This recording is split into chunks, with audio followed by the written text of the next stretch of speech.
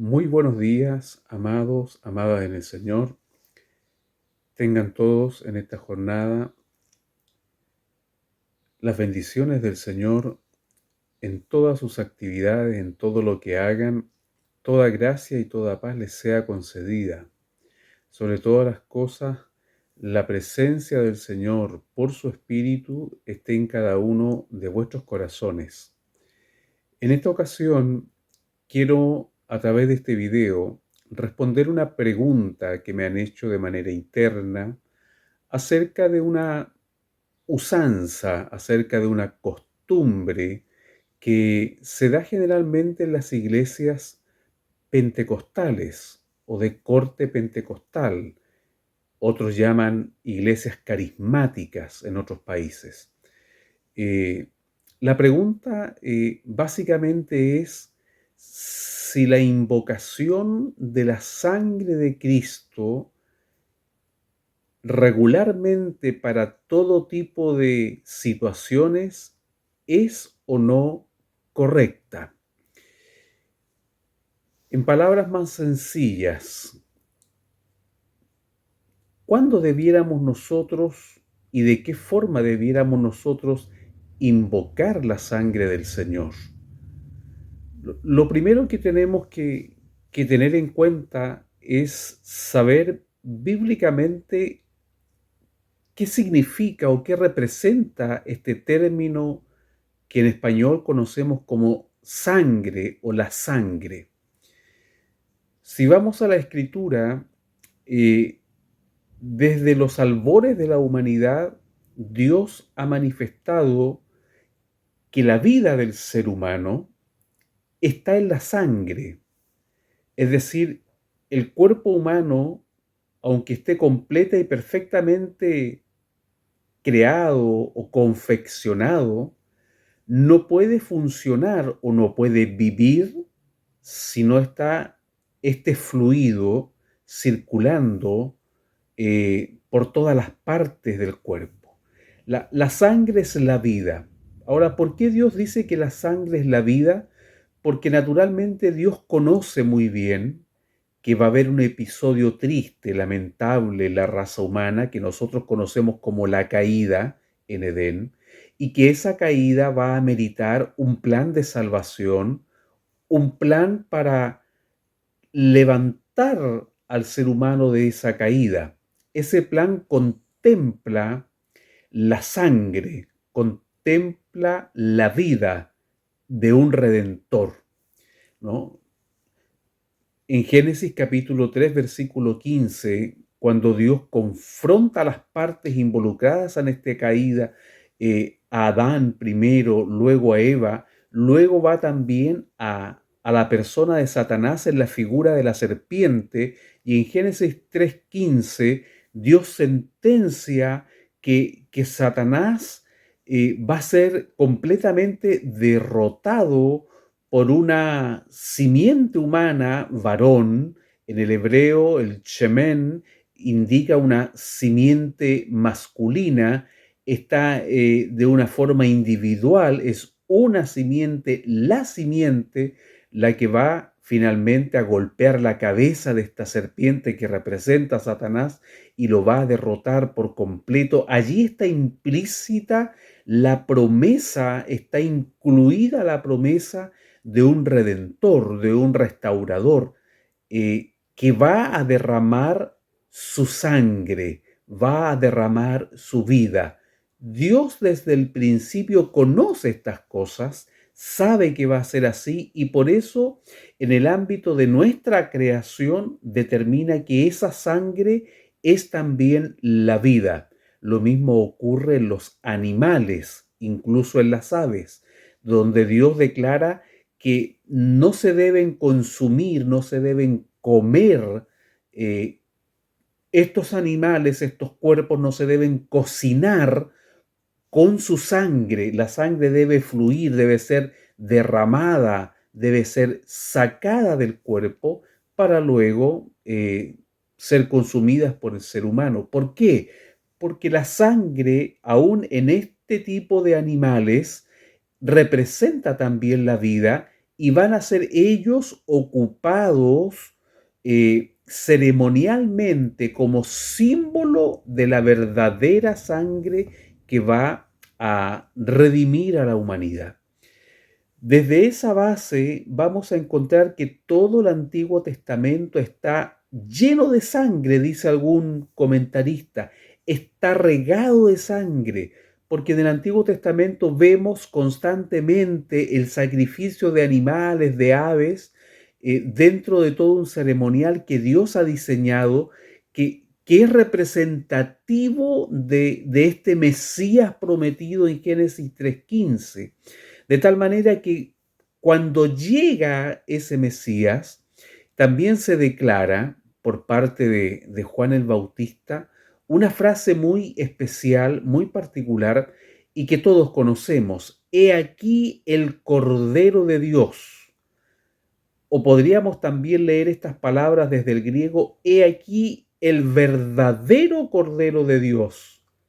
Todos los demás corderos del Antiguo Testamento eran un símbolo. Aquí está el verdadero, aquí está el genuino. Esto es Génesis 3:15. Se ha cumplido. Aquí está el verdadero Cordero de Dios que va a derramar su sangre, su vida para el perdón de pecados, para la redención de la humanidad. A partir de ahí tenemos ahora una separación. Ya toda la demás sangre simbólicamente derramada por aves y animales en el Antiguo Testamento quedan completamente obsoletas, ya no sirven, cumplieron su función simbólica. Ahora lo que está vigente es la preciosa sangre verdadera del verdadero Cordero de Dios. Ahora bien, ¿para qué sirve esa sangre? ¿Para qué fue derramada? Básicamente para dos cosas: para redimir y para perdonar, como lo señala la palabra de Dios, para lavar y limpiar, que es para borrar nuestros pecados. Para redimir, la sangre del Señor Jesucristo fue derramada y esa redención implica un acto de cubrir. En el Antiguo Testamento, las sangres derramadas de manera simbólica cubrían al pueblo, cubrían al sacerdote, al sumo sacerdote, cubrían. Esto viene del hebreo antiguo kippur, que va a dar lugar después a la palabra hebrea kippá, que es el nombre que recibe ese gorrito que usan los judíos, para nosotros muy pintoresco, muy particular, muy característico. Vemos a alguien con ese gorrito y sabemos que es judío, ¿no? O que profesa la religión judía o que es israelita. Eso se llama kipá. Ellos lo usan como un símbolo de estar cubiertos en la presencia de un Dios santísimo. La sangre de los animales hacían esta labor de kippur, de kipá, de cubrir al pueblo delante de un Dios santísimo. Nosotros ahora tenemos la cobertura de la verdadera sangre, que es la preciosa sangre de Jesucristo. Ella nos cubre a nosotros delante de la presencia de un Dios santísimo. Nosotros nos podemos acercar a ese Dios santísimo cubiertos por esa preciosa sangre. Luego esa sangre también nos lava y nos limpia, borra los pecados cuando nosotros los hemos confesado a Dios. En eso hay que reparar en el detalle. Los pecados que nosotros confesamos al Señor son los pecados lavados, perdonados por esa preciosa sangre. Miremos algo en la Escritura que afirma lo que aquí estamos diciendo. Tengo anotada, por ejemplo, Efesios.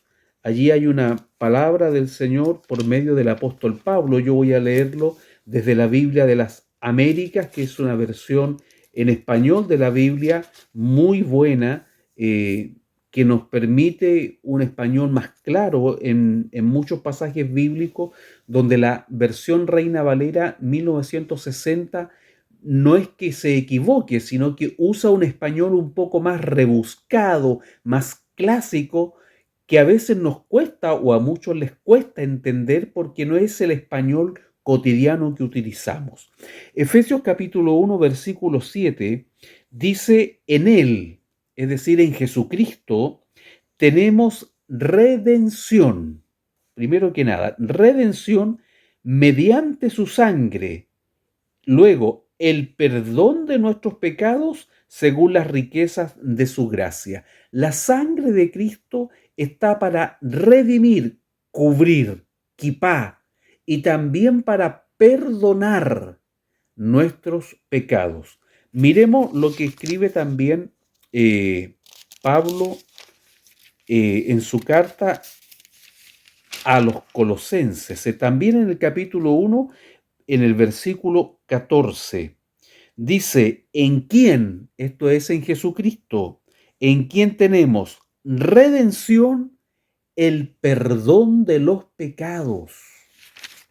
Juan va a escribir en su primera carta que si nosotros andamos en luz, si nosotros confesamos nuestros pecados, tenemos también el perdón mediante el lavamiento. Él nos lava, la sangre de Cristo, dice, nos lava y nos limpia de todo pecado. De una manera básica, eso es lo que dice la Biblia. Hay muchas otras más expresiones bíblicas, hay muchas citas bíblicas, pero hemos tomado solo estas dos en honor al tiempo de atención a todo esto que los auditores, ¿no es cierto?, dedican a un video. No es mucho el tiempo de atención. Así es que en estas citas bíblicas nos deja clara la palabra del Señor, la situación de que la sangre de Cristo es para cubrirnos, redimirnos y también para lavarnos y limpiarnos y perdonarnos de nuestro pecado. ¿Qué pasa entonces con otros usos de la sangre del Señor? En las iglesias yo he visto de todo, de cosas muy leves, a otras cosas muy grotescas. Como por ejemplo, en alguna oportunidad he visto que cuando hay hermanos que en las reuniones comienzan a dormitar, comienzan a quedarse dormidos, hay quienes se acercan a ellos y, y les gritan como para asustarlos: la sangre de Cristo tiene poder. La sangre de Cristo reprende espíritu de sueño, dice. La verdad es que no hay ningún espíritu de sueño. El sueño físico viene por el cansancio del cuerpo. Y hay muchas hermanas y hermanos que hacen un gran esfuerzo en congregarse después de sus largas y agotadoras jornadas. Y estando sentados, naturalmente el cuerpo se relaja. Y viene también la sensación de sueño y uno comienza, decimos nosotros en Chile, a cabecear, a quedarnos dormidos. Y hay algunos que se quedan dormidos. Pero es la sangre de Cristo lo que se debe usar o invocar para quitarles el sueño a los hermanos. En ninguna manera. Eso es algo completamente grotesco, impresentable dentro de una iglesia por parte de cristianos que se dicen nacidos de nuevo, no conocen la Biblia y se han dejado influenciar por malas prácticas dentro de la iglesia. Cuando usted encuentre a alguien que se esté quedando dormido, con cuidado, con respeto y con suavidad, acérquese, palmotéele el hombro, háblele con suavidad, tal vez para que pueda ponerse alerta otra vez. O tal vez déjelo. Si no corre peligro de caerse, déjelo que duerma, sobre todo cuando son ancianitos, ancianitas, se quedan ahí encorvados, dormidos, no molestan a nadie. En otros casos, a veces yo he visto personas que adquieren esa postura, cierran los ojos, parece que están dormidos, pero la verdad es que están tan concentrados en el mensaje de la palabra que ellos toman esa postura. Hay que tener cuidado con esas cosas. Ahora, el uso de la sangre del Señor Jesucristo, en otros aspectos, alguien me dice, bueno, podemos usarla para la batalla espiritual. Invocamos la sangre de Cristo para espantar al diablo. Eso también es un error, porque nuestra batalla espiritual tiene una estrategia, tiene un modo. Pablo enseña que nosotros tenemos una batalla espiritual basada en la resistencia. Busque usted la cita en las cartas de Pablo. Le doy el trabajo. Lea las cartas de Pablo hasta que encuentre la cita. Lea el Nuevo Testamento hasta que encuentre la cita y la subraya. La palabra de Dios dice, resistid al diablo y huirá de vosotros. Resistid al diablo y huirá de vosotros. Esa es la estrategia de nuestra batalla espiritual. Aguantar, resistir. Hay iglesias donde se les enseña a los hermanos a vencer al diablo, a pisotear al diablo. Hay iglesias donde saltan simbólicamente sobre el diablo. Hay iglesias que enseñan a pegarle al diablo, a escupir al diablo, a tener palabras de menosprecio contra el diablo. Todas esas son enseñanzas heréticas, erradas, fuera de todo contexto bíblico. La palabra de Dios me enseña a mí a resistir las acechanzas del diablo. ¿Cómo puedo yo resistir? Haciendo un buen uso de las armaduras de Dios, Efesios, Pablo a los Efesios, y de las armas de nuestra batalla, que Pablo dice no son carnales sino espirituales, poderosas en Dios para la destrucción de fortaleza.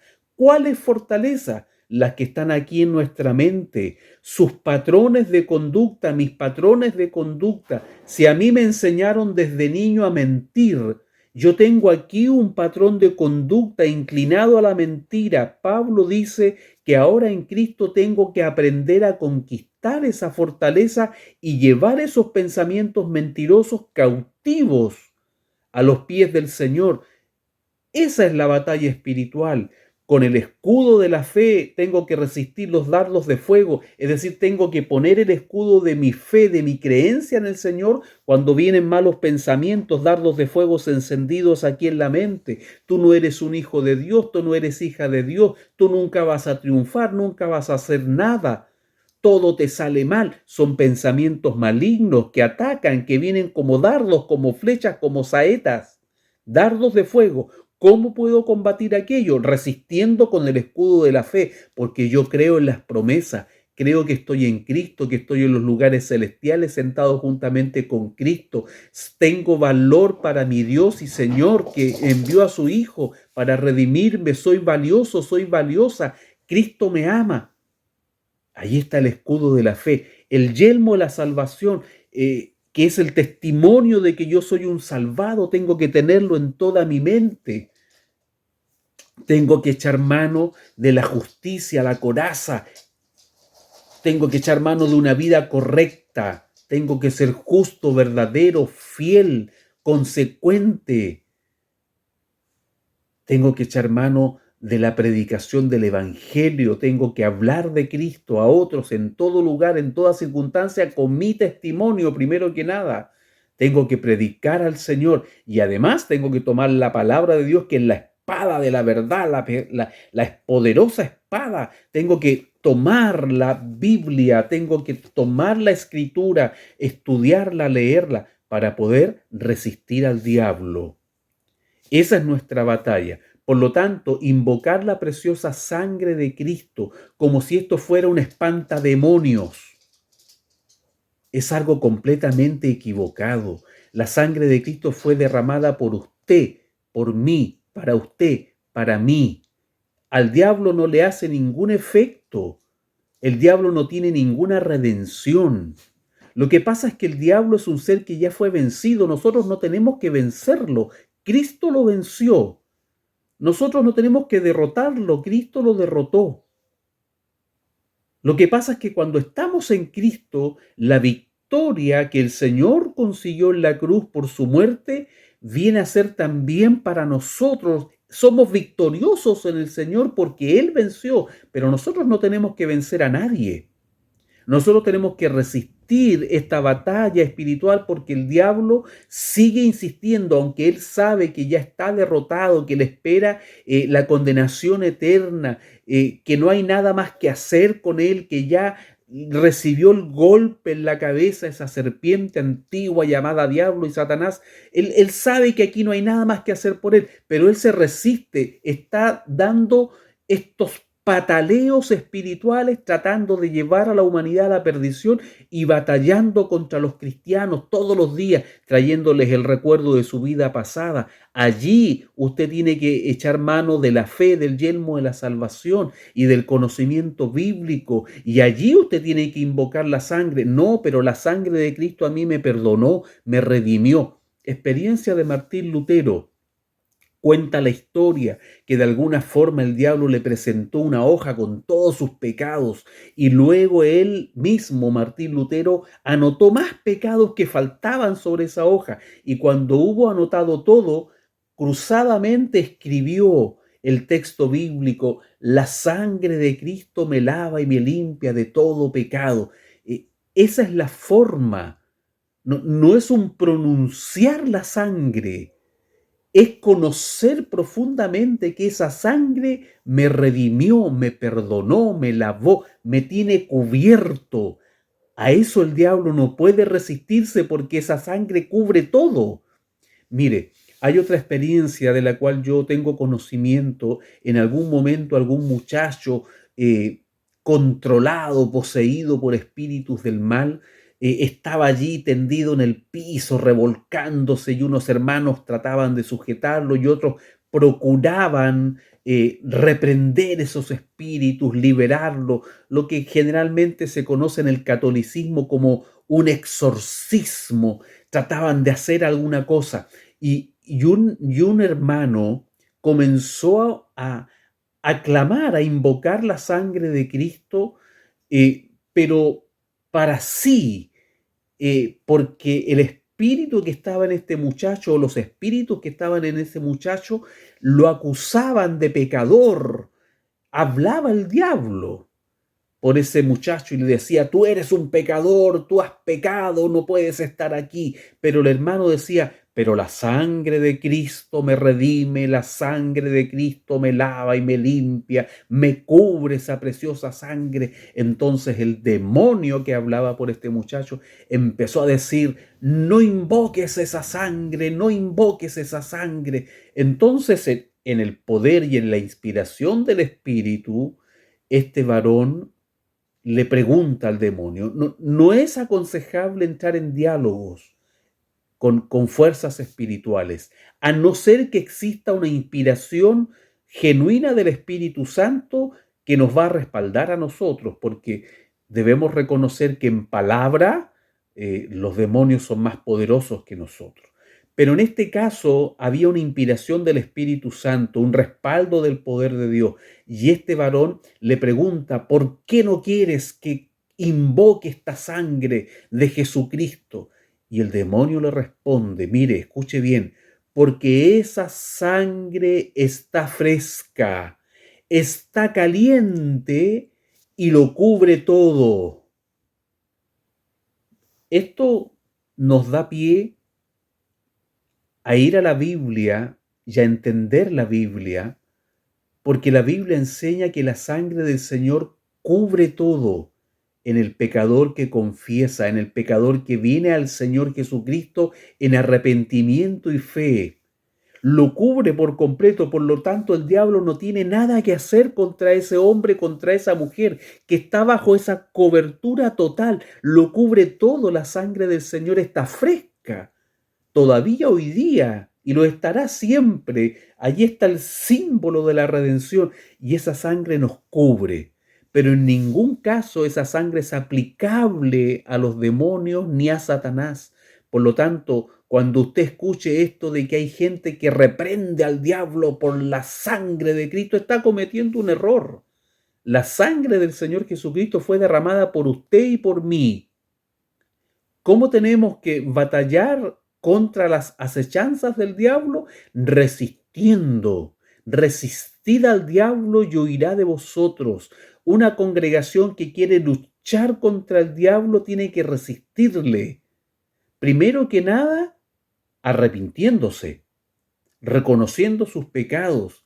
Segundo, en forma práctica, estando presente en una reunión. ¿Qué quiero decir con esto? Que hay muchas reuniones de cristianos donde parece que hubiese un ambiente, en términos muy modernos, coloquiales, de malas vibras. Decimos nosotros una reunión pesada. ¿Por qué se da eso? Porque la gran mayoría de los presentes solo está presente con el cuerpo. Su mente está puesta en cualquier otra cosa menos en la adoración, menos en poner atención al mensaje de la palabra. Estamos distraídos.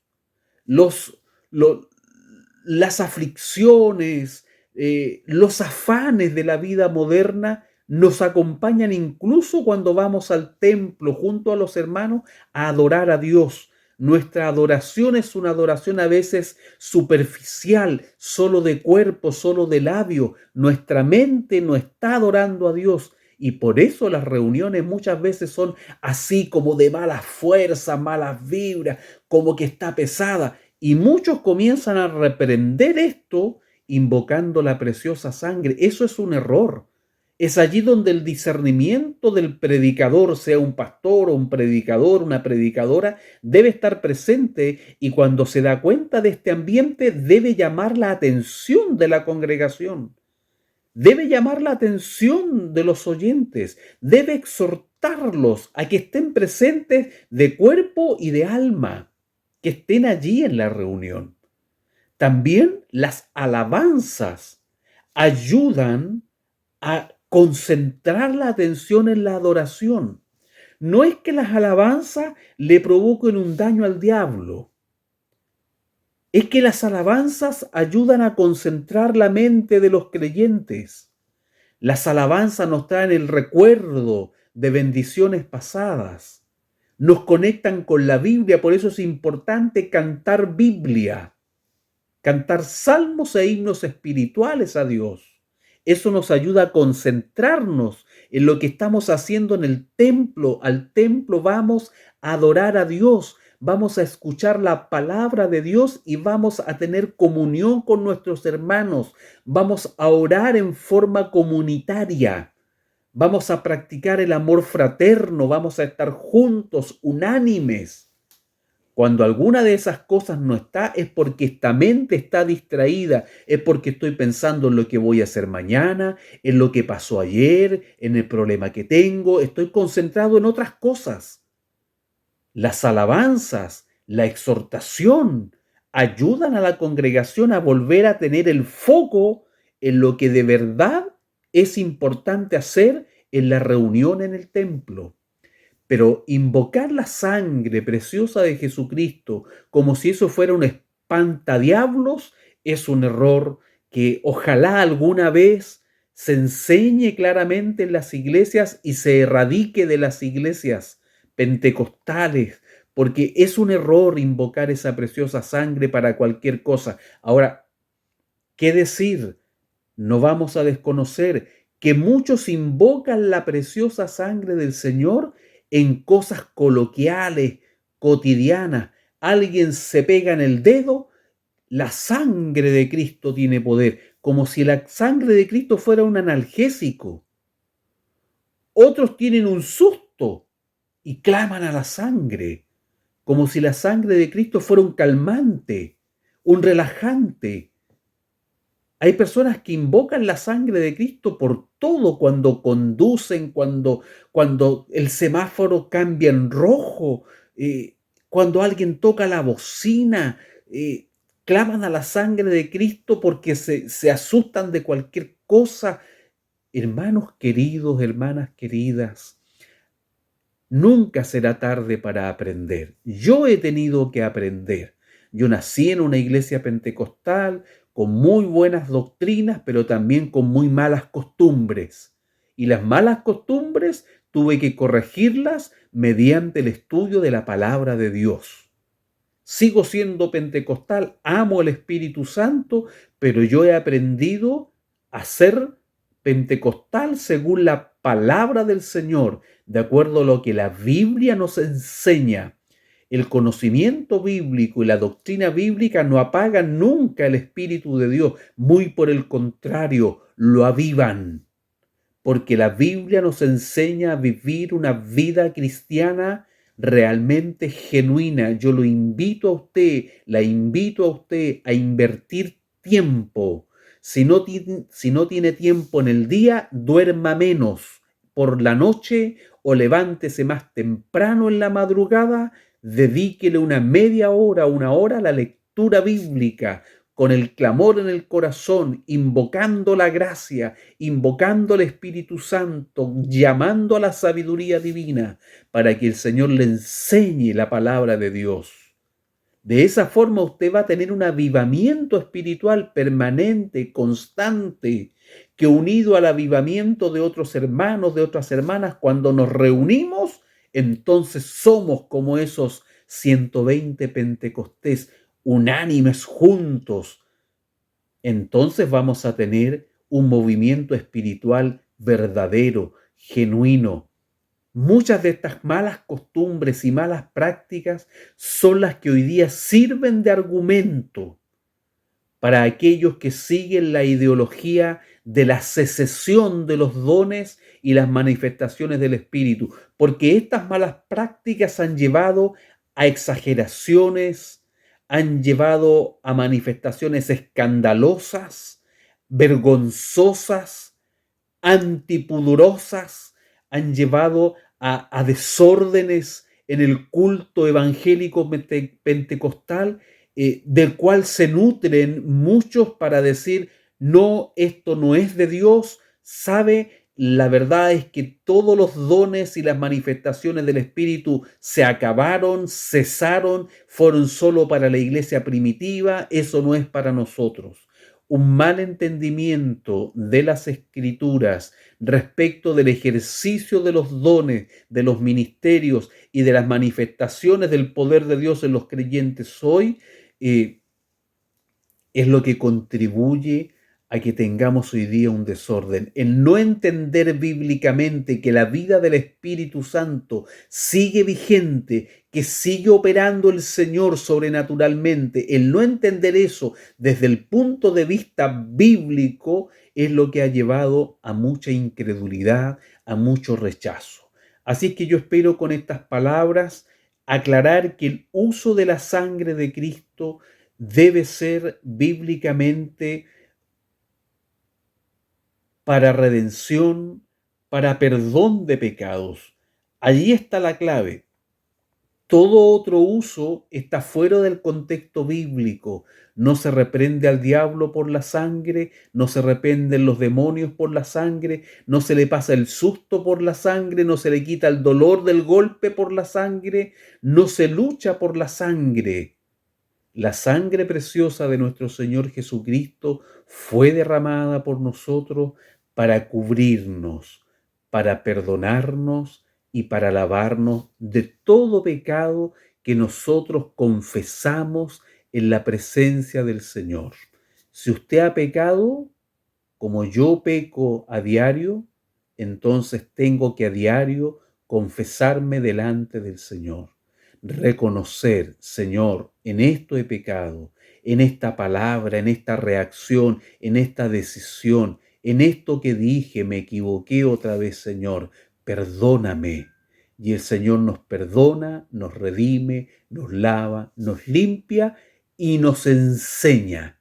Nos enseña por su palabra y también nos enseña a veces por las consecuencias de nuestros pecados, para que las consecuencias nos disciplinen y nos enseñen a no pecar. Recuerde siempre esto: la sangre del Señor Jesucristo está viva, está caliente, tiene temperatura y lo cubre todo. Está vigente para ustedes y para mí, solo que tenemos que aprender Tenemos que aprender por la palabra de Dios a invocarla correctamente para lo que realmente la sangre preciosa del Señor ha sido derramada. Vuelvo a repetir, para redimir, para cubrirnos delante de los ojos de un Dios santísimo, 3 veces santo. Y además, esa sangre derramada nos lava, nos limpia y nos resulta en perdón de los pecados confesados delante del Señor. Que Dios les bendiga, que tengan un día cubierto siempre por esta preciosa sangre. Invóquenla cuando el enemigo del alma venga a decirle: tú no eres perdonado, tú no eres perdonada. Entonces haga como Martín Lutero: cuando Satanás le recuerde sus pecados pasados, allí invoque la sangre de Cristo bíblicamente, porque la Biblia dice que la sangre de Cristo lava y limpia de todo pecado. Que Dios nos bendiga.